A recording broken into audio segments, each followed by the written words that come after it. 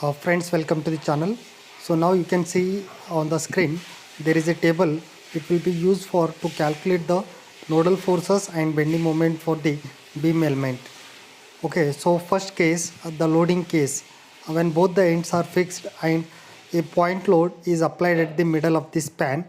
So there the first load, that is the axial load F, it will be taken as W by 2 and the bending moment WL by 8, where L is the total length of the beam, and for load 2 at node 2, that is F2Y, it will again taken as minus W by 2, and bending moment at node 2 plus WL by 8 will be taken.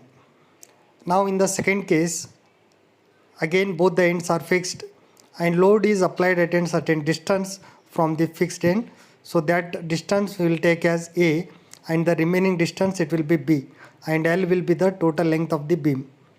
So for the node 1, the shear force F1Y, it will be WB square in the bracket L plus 2A divided by L cube, and the bending moment at node 1 WAB square divided by L square, and similarly shear force at node 2 minus WA square in the bracket L plus 2B divided by L cube, and the bending moment at node 2 WA square B divided by L square.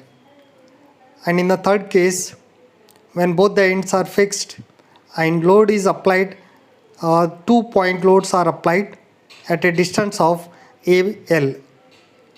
So there the shear force at node 1, it will be minus W, and bending moment minus A in the bracket 1 minus A into WL, and shear force at node 2 minus W and bending moment plus A in the bracket 1 minus 8 W into L.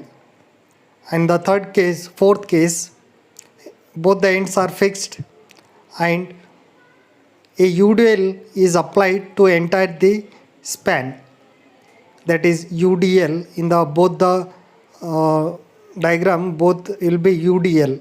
Okay, sometimes it will be represented with a triangular and sometimes a chain type they will be denoted.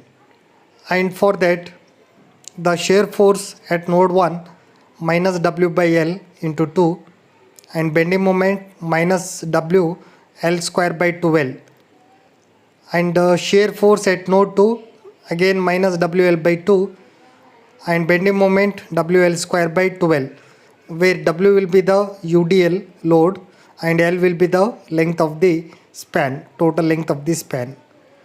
In the fifth case, both the ends are fixed and a uniform variable load is applied from maximum value to minimum value for the entire span of the beam. Then the shear force at node 1, that is minus 7 WL by 20, and bending moment minus L square minus L WL square by 20, and shear force at node 2 minus 3 WL divided by 20, and bending moment at node 2 WL square by 30. In the sixth case, where again both the ends are fixed and the maximum bending moment will be at the middle of the span, and it is like a UDL, UVL, uniformly variable loads at both the ends. So if the case in this way, so you can apply the shear force equation minus W by L divided by 4 and bending moment minus 5 WL square divided by 96, and shear force minus W by L4 and bending moment at node 2 5 WL square by 96.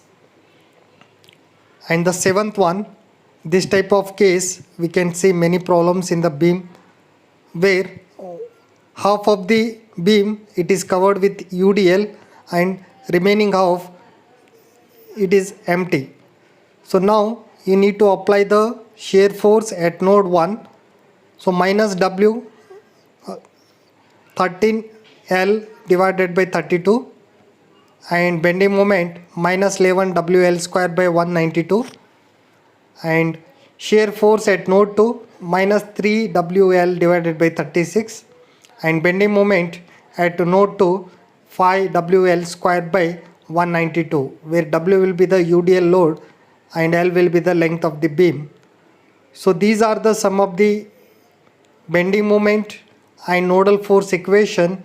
So this will be helpful in finding the nodal vectors and the force vector. So thank you for watching.